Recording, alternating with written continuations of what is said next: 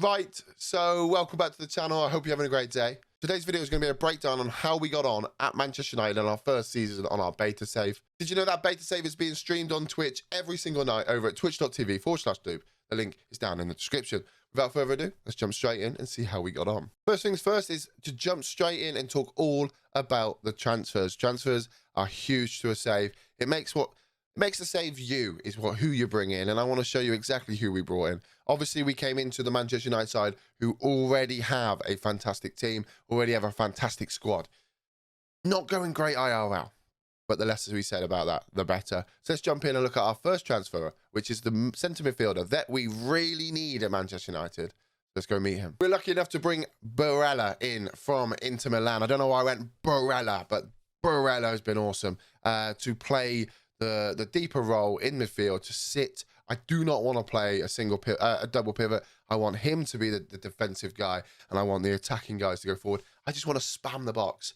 One thing I have done this year with this save is play wingers, and for me, if you know me at all, wingers end me. It just end me, bruv. Honestly, God, I hate wingers, but I'm coming around to them because more and more that we play, the more and more that we see, I've been more and more excited. We'll jump in because we had a few changes to our system, and we'll break it down for you. But I wanted you to meet this guy. I also wanted you to meet another chap, Ricardo Pereira. I wanted a right back. I'll explain why I wanted a right back, but I wanted a right back that could cross because Wan-Bissaka cannot cross. I don't care what you say about Wan-Bissaka being a really good right back. The fact he can tackle, brilliant. He can't do anything else but tackle. Ridiculous. Honest to God. So I needed him out, and we'll talk about where he went. He did leave, but Pereira came in, and he's done very well. And again, we'll break it down how well he's done. But look at him. We got him for, I think, about 30 million. He's a really good player, and hopefully he will not be one of the casualties to our new system that we're playing next year. But you never know. Next in, I can't really look at you for this one, but next in is a young chap, a young Norwegian chap, because... yeah, I brought Haaland in, all right? Chat begged me. They didn't beg me. I did it on my own accord. The next guy I show you, they begged me. £50 million up front, 60 million over the next 3 years. It's a no-brainer. Look, we are having an aging attack force. We do have Mason Greenwood, but he can play on the left if we need him to as well. Sorry, on the right. We've got Cavani, we've got Ronaldo, both very old. Let's not forget that. Really, really, really old. At 36, it's really old. So I decided to bring Haaland in. Yeah, the next guy. I'm sorry. The chat wanted it. Kylian Mbappe came in. The left-hand side, we had Rashford, obviously injured at the start of the game. We needed to go look for a guy. He was cheaper than usual because of the fact that he is out of contract at the end of the season. Yes, what we could have done was break it down, slow it down, and wait till the end of the season. What we did was we offered 50 million up front, 50 million over the next 3 years, and we brought Kylian Mbappe in. Now I'm asking, I can hear you at home saying to me, how the hell did you manage to afford all these? Let me show you who I got rid of. First off, Aaron Wan-Bissaka. We mentioned it previously. All he can do is tackle. He's got good work rate, but he cannot pass to save his life. He's got 6 vision. Does the guy go around with his eyes fucking shut? Like, how does he do anything? Anyway, he's not my man. He's not my player anymore. I do not need to be concerned about him. We sold Aaron Wan-Bissaka for 55 bloody million. 10 million more than we brought him in for. Newcastle, the mugs, just came and got him. I'm happy with that. I'm happy with that. Next up, Anthony Martial. Yeah, we could have played him on the left. I don't think he's that good. IRL. Maybe my IRL heart took over, but I don't think he's that good. And we got rid of him. We palmed him off. We took him to the end of the road. Before we went to shoot him in the back of the head, Newcastle goes, here you go, 30 million. Yeah, we'll take him off your hands.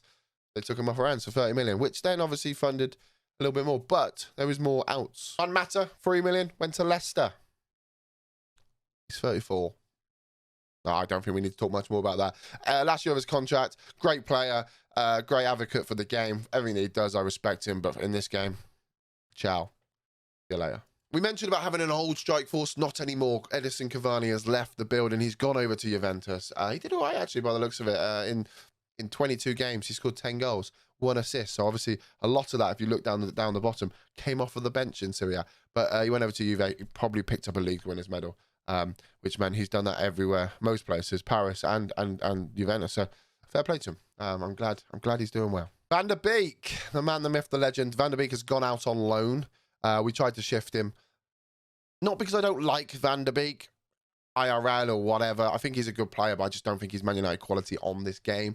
Now, I don't think he's had the chance to prove his attributes, but his attributes are the attributes that we can see. They do have an optional fee of 16.5 million. I'm fucking hoping they're taking it, because that would help me out massively.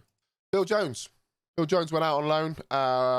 It took about 8 attempts for him to go out on loan, but he went to Stade Rennes, and I'm happy for him. He played 26 games. He did all right. They also have an optional fee of 2.3 million. I'd pay them 2.3 million to get him off my wage budget. He is on 110 grand a week. He has a year left on his wage budget. I'm hoping if I can't get him out, we'll just loan him back out again. That's all the transfers in, all the transfers out. Let me talk to you about who came in or who went out in January. Jesse Lingard, 6.25 million. Last 6 months of his contract. I wasn't going to sign him for a new one. He wasn't going to sign a new one. Lucky to get 6 million for him. He came off the bench 11 times in Milan. I wish him the best. 4.3 million for Nemanja Matic. It took 5 or 6 attempts to get this guy gone. I think he's a really good player. He's just old now, you know, 33, 30, 34. It's time for him to hang up his boots in Manchester, and he's headed over to Spain, and I'm sure he's having a great time. Alvarez are Spain. Yes, Spain. Clever man. We brought in a guy to basically cover that sale. We brought him in on loan. He was less wages than Matic, and I probably would have depended on him a little bit more, so I was quite happy with that. And one last thing is we had a little bit of shortness at the back, a couple of injuries in the kind of winter stage. So for 32 grand a week, I brought this guy in. I was quite happy with him. Didn't play him that often. Can't really pronounce his name, so sorry. And that's it. That is all the ins, all the outs for the year. We have some already done for the summer. As you can see, we're in June. Decided it was a good idea. Like last night, we played a lot of the game on stream, and I thought, well, this is probably the best time to do an update. So let's jump in and show you what actually happened over the course of the season, what we won and what we lost. Before we do that, let me talk you through kind of our transition of tactics. First and foremost, when we go through the schedule, you're going to see that we were playing a attacking 4-2-3-1. I'm really struggling with that shadow striker or that number 10 role. Fernandez was still doing okay at the time, but we were just not picking up the points we needed.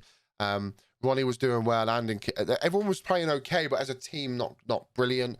I decided that we needed to switch something up. As much as I loved last year playing with a number 10, I'm not sure this year is the number 10. I'm not sure that this year is a number 10 game. As much as I loved playing with a number 10 last year, I'm not sure FM22 is fit for a number 10. So all we did was just dragged that number 10 back, played Barella in that DLP defend role. We then swapped Ronaldo into an inverted forward attack. He is disgusting the way he cuts in. We then played Bruno and Pogba in the middle. Mainly Fernandez is the mez, and Pogba is the box-to-box. Pogba's signed a new contract, but he's probably going to leave in the summer. But this is the team that we kind of set with at the end. This is also the team that I'm playing on my Napoli save, which you can go and check out over on Twitter. I have a Twitter thread about my Napoli save. I've mentioned already and referenced it in the video that we're going to change the system over at Manchester United. I'm thinking about going for a 3 at the back with defensive wingers. Never used defensive wingers before. I fancy trying it. It's the beta. Why not? So there may be some casualties here. Obviously, Rashford's not going to really play a defensive winger, whereas I think Sancho could. So maybe it's time we let Rashford go. Sir Rashford. So the Premier League season is a tough season, right? And we actually dropped quite a lot of points early on. Yes, we had 4 from 4 playing that 4-2-3-1. We looked good. We looked pretty ripe, to be fair. However, we had a lot of injuries, a lot of tiredness. The squad isn't good enough for rotation that I like to do. And then we lost back-to-back games away from home, Arsenal and Manchester City, both 2-1. Not good enough. We did bounce back with a 6-0 win against Palace, a 4-0 win against Brentford. And again, we drew to Leeds, which is a really frustrating result. Drew to Watford, drew to Tottenham, lost to Liverpool, lost to Chelsea. And this is kind of the bit where I was thinking we could probably look at changing. We really need to focus on changing this. Newcastle, Leicester and Aston Villa all went perfectly well. And then I believe we had some big major injuries down here, Southampton, which is why we swapped to the 4-3-3, trying to focus on having that DM there and kind of work with that. Good results against Southampton and Wolves. We switched back to the 4-2-3-1 against West Ham and Arsenal. Had, like I said, good results against Arsenal, but a terrible result against West Ham. And again, we switched back to that 4-3-3, and we kind of said goodbye to the 4-3-2-1, the 4-2-3-1, sorry. With wins against Brentford, lost against Everton, and then we only lost one game against Chelsea at the end of the season. We drew a few, which I think is all down to rotation. Liverpool we drew, Tottenham we drew, Leeds we drew, Palace we drew, but at this stage we were in a lot of different competitions, which we'll break down as well. But it was not a terrible league performance. We did come fourth behind Leeds, behind City, and behind Liverpool.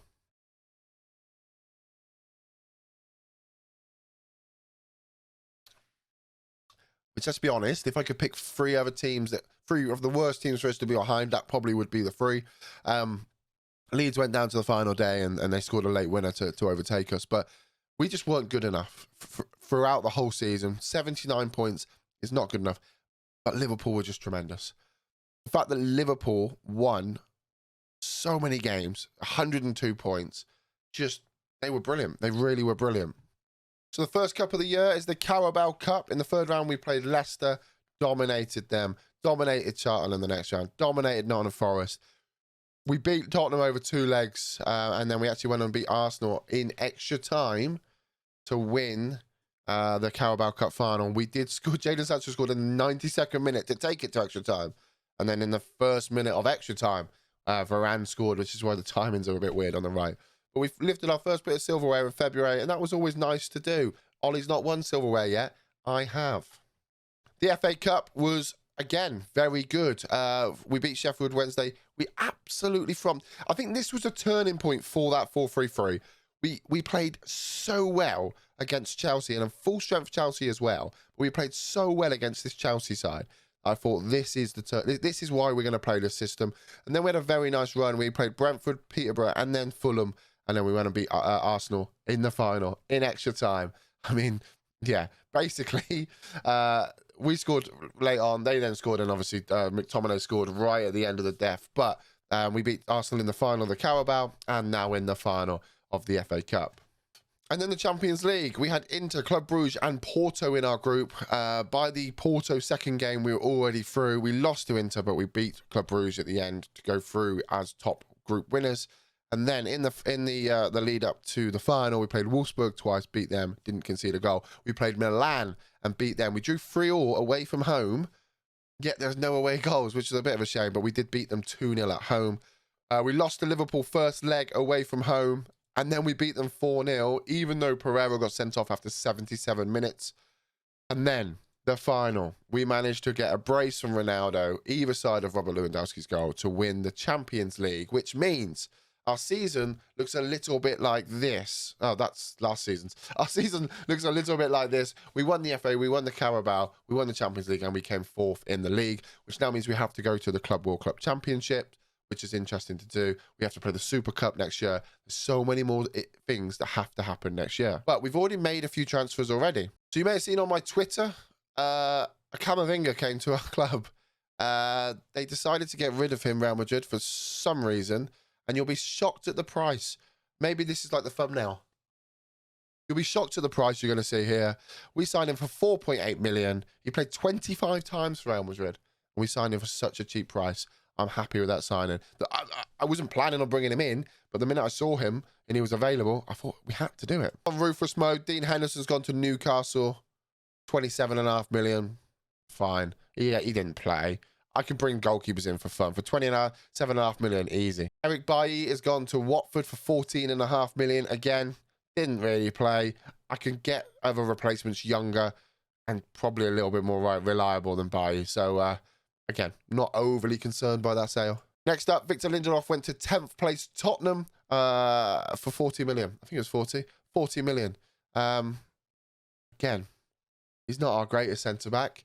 40 million for him means we've got more money to spend. How much more, you ask? So as you can see, we had a 200 million pound net spend in last year, so I'm not expecting much. And they've given us 215 million to spend to build the team. We also have a few outs ready to go as well. Fred on his way out, Dallo on his way out, Kimpembe, Twinzabi, Also, Abubakar Kamara comes in on a free transfer. We brought him in as just a backup.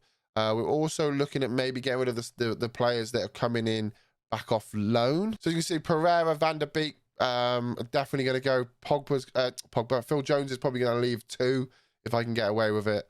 And we're going to do a breakdown. Like I said, we're going to try and bring this system in. And there's only one way to bring this system in. I've done a full tactical breakdown. I've basically done... I couldn't find a pen. I've done the full list of my squad here, the system and my targets. We've got people like Milinkovic, Bastoni, SMS, Pedri, Sensi. We've got Rashford that we're probably going to look to get rid of as well. We've got positions that we are very short in. Goalkeeper, we literally have De Gea. Surely we could get better than De Gea. We have no left-sided centre-backs to play either. And we're also very short in centre-backs because we've just got rid of Bailly and Lindelof.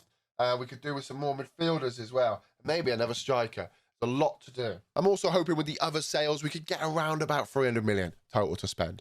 I'm live on this save every single night over at twitch.tv/Doop. The link is down in the description. Come and check me out. Also, you can catch up on all my saves at my podcast I do, which is Doop Scoop. I don't know why that was difficult to come out. Doop Scoop podcast. It basically is a stream podcast. I don't do it for the beta, but we will be picking it up for the main save, which I haven't really decided yet what we're going to do. Also the network save as well that we got with Friday Night FM. But that's it, folks. Thank you so much for watching. I hope you enjoyed the video. Hope you enjoy the rest of your day. Peace out. Much love. And we'll speak to you all very, very soon. Goodbye.